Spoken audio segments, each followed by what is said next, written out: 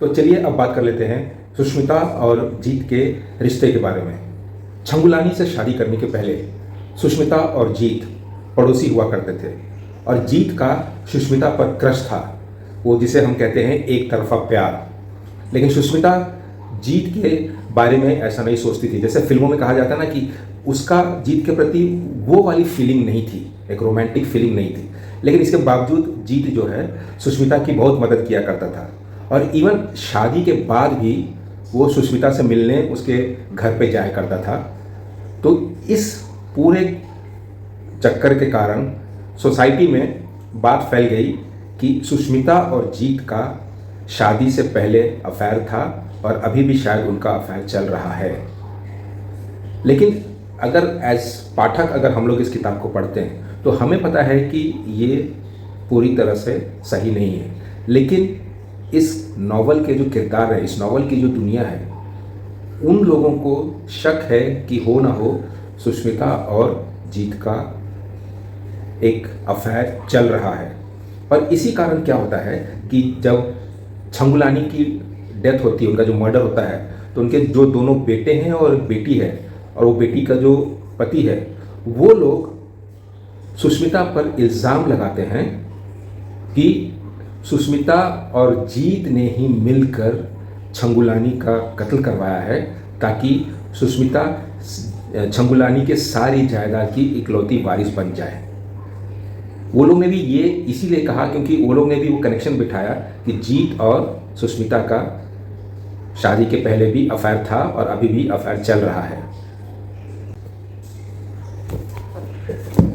इस नावल में एक और ट्विस्ट ये भी है कि छंगुलानी के परिवार का मानना है कि सुष्मिता और उनके पिताजी की कभी शादी हुई ही नहीं थी, बल्कि ये दोनों जो है एक लिव इन पार्टनर थे। और जब एक पार्टनर की मृत्यु हो गई है तो फिर सुष्मिता का इस घर में रहना उचित नहीं है, वो इस घर में रह ही नहीं सकती है। इसलिए छंगुलानी के जो बेटे और बेटी हैं वो सुष्मिता को घर से बाहर निकाल देते हैं। अब सुष्मिता जो है सीधे पहुंचती है जीत के पास और उसे पूरा मामला समझाती है और कहती है कि छंगुलानी साहब का जो मर्डर हुआ है उसका ब्लेम जो है, उसका इल्ज़ाम उसके परिवार वाले इंस्पेक्टर के साथ मिलकर उसके ऊपर और जीत के ऊपर डाल रहे हैं कि इन दोनों ने ही मिलकर छंगुलानी साहब का कत्ल किया है। जीत ये सुनकर चौंक जाता है, उसे समझ में नहीं आता कि ये कैसा हो गया। अब वो अपने आप को एक चक्रव्यूह में फंसता हुआ पाता है और न चाहकर भी अब जीत को अपना नाम क्लियर करना है, अपने को इस चंगुल से बाहर निकालना है। तो क्या वो अपने आप को निकाल पाएगा? आगे की कहानी इसी के ऊपर बढ़ती है।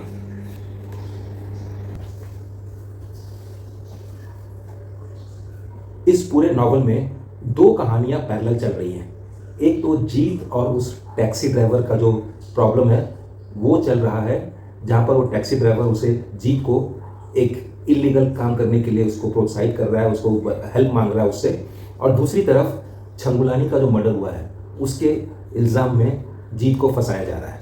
तो ये दो कहानियाँ पैरेलल चल रही हैं। इन दोनों का डायरेक्ट कनेक्शन तो नहीं है, शायद इन दोनों कहानियों को एक साथ चलाने का मकसद ये था कि जीत को जो पैसों की ज़रूरत है अपने आप को और सुष्मिता को बेगुनाह साबित करने के लिए एक बड़े वकील को लेना पड़ेगा, तो उस पैसे का इंतज़ाम वो ये जो पहली कहानी है टैक्सी ड्राइवर वाले के साथ, उसके थ्रू इलीगल तरीके से पैसा वहाँ से कमाना चाहता है ताकि वो पैसे को लेकर वो सुष्मिता को की हेल्प कर सके और अपने आप को भी चंगुल से बाहर निकाल सके। तो ये थोड़ा मुझे लगा कि अगर ये दोनों कहानी का कनेक्शन क्लाइमेक्स में निकलता है तो मज़ा आ जाएगा, वरना ये दोनों कहानी जस्ट पैरेलल चल रही है, इनका कोई डायरेक्ट कनेक्शन नहीं है एक्सेप्ट कि दोनों में जीत का इन्वॉल्वमेंट है।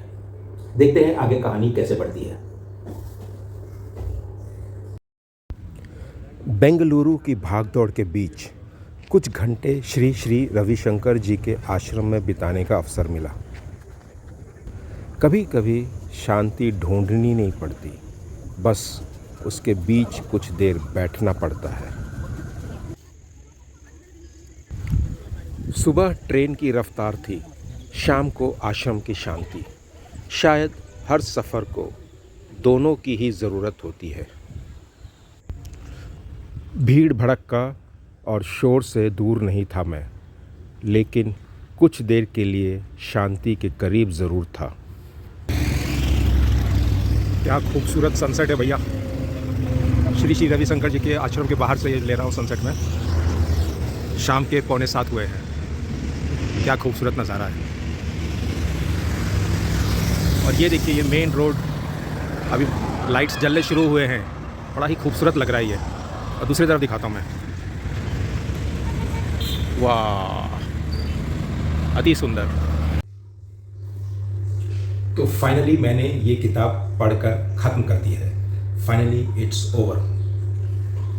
तो जैसे मैंने आपको शुरू में बताया था कि मेरा एक्सपेक्टेशन था कि जो दो कहानियाँ पैरेलल चल रही हैं, अंत में जाके उसका कहीं ना कहीं कनेक्शन निकले तो मज़ा आ जाएगा। लेकिन ऐसा कुछ हुआ नहीं। दोनों इंडिपेंडेंट चल रही हैं कहानियाँ। और जो पहली वाली कहानी है जिसमें जीत और वो टैक्सी ड्राइवर इन्वॉल्व हैं, वो काफ़ी रोमांचक है, काफ़ी अच्छे से उसको बिल्डअप किया गया है। उसमें काफ़ी एक्शन देखने को मिल रहा है लेटर पार्ट में। तो उससे एक कहानी में स्पीड आती है, स्पीड बढ़ती है और लगता है कि अब क्या होगा, अब क्या होगा। और यहाँ पर भी कई ऐसे किरदार हैं जो जीत को फिर धोखा देते हैं, और जीत है वो तो बदला लेने से चूकता नहीं है, तो वो अपना बदला पूरा लेता है। और यहाँ दूसरी तरफ सुष्मिता का जो केस है, वो जाने माने वकील जो शहर के हैं वो उस केस को लेते हैं और सुष्मिता का केस कोर्ट में लड़ते हैं। बड़े धांसू वकील है, लेकिन सामने से भी काउंटर जो आता है वो भी काफ़ी तगड़ा रहता है। तो मुझे ये जो कोर्ट रूम ड्रामा चल रहा है वो मुझे बहुत अच्छा लगा।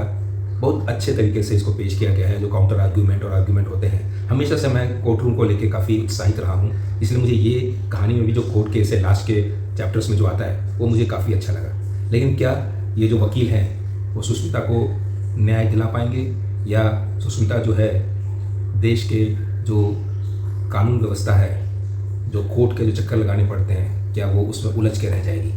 ये तो क्लाइमेक्स में ही पता चलेगा। ये मैं आपको रिवील नहीं करने वाला हूँ। लेकिन एक बात मैं आपको बता दूँ कि इस नावल को पढ़ने के बाद जो लास्ट में पता चलता है कि छंगुलानी का खून किसने किया था, वो मुझे इतना तगड़ा नहीं लगा कि वो उसको कातिल बना दिया गया है। इतना मज़ा नहीं आया मुझे इस ट्विस्ट में।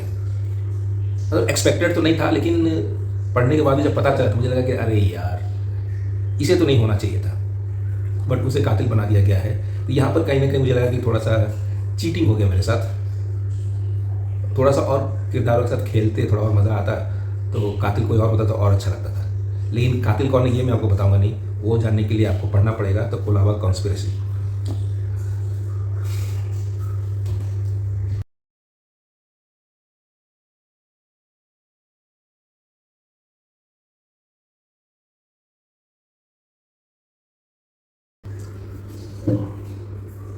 अगर इस पूरे नावल को पढ़ने के बाद अगर इसकी रेटिंग की बात करें तो इस नावल को मैं दूंगा 3.75 स्टार्स।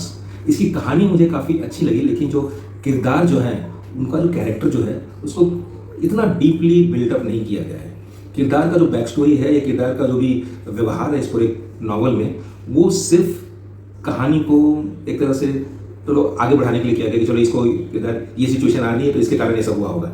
तो उसका कोई ज़्यादा इन डेप्थ जो आजकल मॉडर्न नॉवेल्स में क्राइम थ्रिलर में आता है, वो इन डेप्थ काम किरदारों पे नहीं किया गया है, ऐसा मुझे ये पढ़ के लगा। और जैसे मैंने आपको पहले कहा था कि जिसने भी इस नावल का ट्रांसलेट किया है उसकी तो इंग्लिश ज़बरदस्त है, लेकिन वही है कि हर किरदार एकदम क्लिष्ट अंग्रेज़ी में बात कर रहा है। चाहे वो टपोरी हो, चाहे वकील हो, चाहे पुलिस इंस्पेक्टर हो, कोई भी हो, चाहे वो टैक्सी ड्राइवर हो, सब ऐसी इंग्लिश में बात कर रहे हैं जो आप और हम कभी बात नहीं करते हैं। और ना ही जो जिस तरह का किरदार इसमें दिखाया गया है वो लोग इस तरह की भारी भरकम अंग्रेजी बात करेंगे। तो उस पर काम नहीं किया गया है। बस खाली जो है ट्रांसलेटर ने जो है अपनी इंग्लिश का ज्ञान इसमें डाला है। डायलॉग्स भी काफ़ी अच्छे हैं, उसमें कोई दो राय नहीं है। और दूसरी बात, अगर आप अपनी अंग्रेजी सुधारना चाहते हैं, आप भी कुछ अच्छे वोकेबलरी, अच्छे शब्दावली को डेवलप करना चाहते हैं इंग्लिश में, तो ये नावल आप पढ़िए। इसमें आपको काफ़ी सारे फ्रेजेस, कोटेशंस और काफ़ी सारे वर्ड्स ऐसे मिलेंगे जिसका आप डे टू डे अपनी ज़िंदगी में इस्तेमाल कर सकते हैं, और काफ़ी इम्प्रेसिव इससे आपकी जो अंग्रेज़ी की जो कम्युनिकेशन है वो हो जाएगी। तो इसका एक बेनिफिट ये है। अगर आपने इस नावल को पढ़ा है तो आपकी क्या राय है इस बारे में? आपने शायद हिंदी में पढ़ा होगा, हिंदी में भी है ये, तो आपकी क्या राय है इस पूरी कहानी को लेके, इस पूरे नावल को लेके? क्योंकि ये जो नावल है ये 21वीं सदी में लिखी हुई है, इसलिए इसमें जो है मोबाइल का जिक्र किया गया है, स्मार्टफोन का जिक्र किया गया है, लेकिन पूरे चीज़ को उस तरीके से नहीं खेला गया है जिस तरीके से आज के मॉडर्न थ्रिलर्स लिखने वाले जो हैं, चाहे वो फॉरेन के ऑथर हों चाहे दूसरे इंडियन ऑथर्स हों, वो लोग जैसा खेलते हैं किरदारों के साथ, वो इसमें कहीं ना कहीं मुझे मिसिंग लगे। हाँ, सुरेंद्र मोहन पाठक साहब की जो पकड़ है वो कहानी पे काफ़ी अच्छी रहती है। उनके जितने भी सुरीन सीरीज़ भी आए हैं, ये मेरा पहला जीत सीरीज़ में पढ़ रहा हूँ, इसके पहला नॉवल है ये, तो वो उनके पास वो पकड़ अच्छी है, वो कहानी अच्छे से गूंथ लेते हैं, लेकिन फिर उसको एक नॉवल के रूप में पेश करने के लिए कहीं ना कहीं थोड़ा उसमें खामियां आ जाती हैं, तो ये मुझे इसमें फील हुआ। बाकी आपकी क्या राय है मुझे कमेंट में ज़रूर बताइएगा, ताकि हम इस पर चर्चा कर सकें कमेंट में। एक बहुत ही मज़ेदार बात मैं आपके साथ शेयर करना चाहता हूँ। ये सुन के आपको शायद हंसी आएगी, आपको शायद अचंभित हो जाएंगे कि ऐसा भी कोई कर सकता है क्या, लेकिन हाँ, मैंने ये किया है। क्या किया है मैंने, बताता हूँ मैं आपको। तो पता है, मैंने शुरू में बताया था कि ये जो किताब है द कोलाबा कॉन्स्पिरेसी, सुरेंद्र मोहन पाठक साहब की, ये मैंने पढ़ना शुरू किया था पिछले संडे को। आज भी संडे है, एक हफ्ता हो गया है। पिछले संडे मैंने शुरू किया, लेकिन इसे मैं ख़त्म नहीं कर पाया। करीब 60-70 के आसपास पेज मैंने पढ़े थे।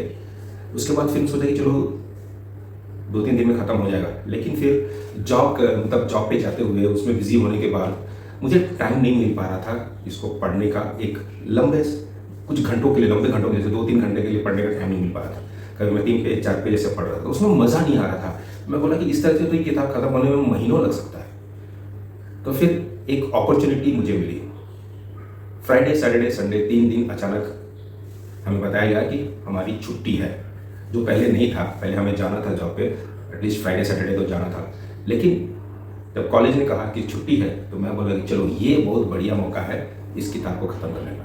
लेकिन अगर मैं सिर्फ घर पर रहूं और इसको पढ़ने का प्रयास करूं तो भी पॉसिबल नहीं है, क्योंकि घर पर रहते हैं तो 10 तरह के काम आते हैं। चलो ये कर लेते हैं, वो कर लेते हैं, खाना बनाना है, चाय बनाना है, हर तरह के काम आते हैं। उससे इससे जो है ना, ये कंटिन्यूटी इसकी टूट जाती है। तो मैंने क्या किया, मैंने एक आइडिया लगाया। मैं बोला चलो निकलते हैं बाहर, और मैंने बुक किया ट्रेन यहाँ से बेंगलुरु के लिए।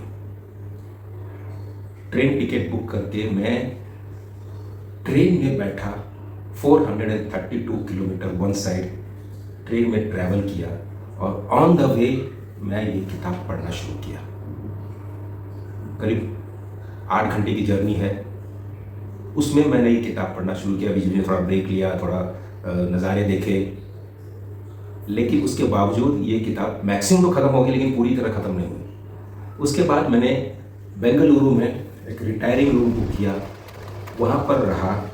वहाँ पर भी मैंने ये किताब पढ़ी, और तब जाके अंततः मैं इसके लास्ट पढ़ने तक पहुँच पाया, और फाइनली ये किताब मैंने ख़त्म कर दी, वरना ये किताब ख़त्म ही नहीं होती। तो ये एक एक्सपेरिमेंट मैं कर रहा हूँ कि किताब अगर पढ़ना है, वैसे देखिए मुझे ना 2 चीज़ों का बहुत शौक है। एक किताबें पढ़ने का, फिक्शन हो या नॉन फिक्शन, और दूसरा घूमने का।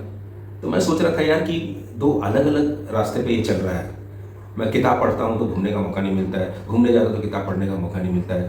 तो उस कारण से क्या ना कि मेरी गाड़ी कहीं ना कहीं अटक रही थी। फिर अचानक से मुझे ख्याल आया कि क्यों ना दोनों को जोड़ दिया जाए। अगर हमने दोनों को जोड़ दिया तो मैं ट्रैवल करते करते क्यों नहीं किताब पढ़ सकता हूँ, वो भी तो हो सकता है ना। और साथ साथ क्या होगा कि जैसे जैसे मैं किताब पढ़ते जाता हूँ उसको बीच में रोक के आपके साथ शेयरिंग कर लूँ, तो घूमने का घूमना हो जाएगा, प्लस मैं आपको कुछ टूरिस्ट स्पॉट्स भी दिखा पाऊँगा अपने वीडियो में, और साथ में मैं ये किताब पढ़ भी पाऊँगा। तो ये मैंने एक नया सिस्टम लागू करने का प्रयास किया है। देखते हैं कितना सफल होता है और आगे कैसे मैं आगे बढ़ पाता हूँ। तो मेरा नेक्स्ट जर्नी भी रहेगा नई किताब के साथ। तो ये आप लोगों को कैसा लग रहा है? कि हो सकता है कि आप सोचेंगे कि ऐसा भी कोई करता है क्या, मतलब इतना पैसा खर्च करके ट्रैवल कर रहे हो किताब पढ़ने के लिए। लेकिन ऐसा है ना कि पैसा मैं सोच रहा हूँ खर्च नहीं कर रहा हूँ, इन्वेस्ट कर रहा हूँ। क्योंकि मैं जब मैं ट्रैवल करता हूँ तो मैं आजकल क्या है ना, ज़िंदगी को बड़ी करीब से पढ़ने की कोशिश कर रहा हूँ। बहस नहीं करना है, सुनना है, देखना है और समझना है कि ज़िंदगी कैसे चलती है अलग अलग स्टेशनों पे, अलग अलग शहरों में। और किताबें जब मैं पढ़ता हूँ तो उसका भी लोगों का जो बिहेवियर होता है इस नॉवल में, और रियल लाइफ में लोगों का जो बिहेवियर होता है वो थोड़ा समझने का मौका मिलता है। तो मैं किताब भी पढ़ रहा हूँ और अलग अलग जगहों को भी पढ़ रहा हूँ। तो क्या लगता है आपको, ये जो मेरा जो प्रयास है ये इंटरेस्टिंग है कि आपको लगता है कि मैं दीवाना हो गया हूँ, पागल हो गया हूँ जो इस तरह की हरकतें कर रहा हूँ? कमेंट करके ज़रूर बताइएगा।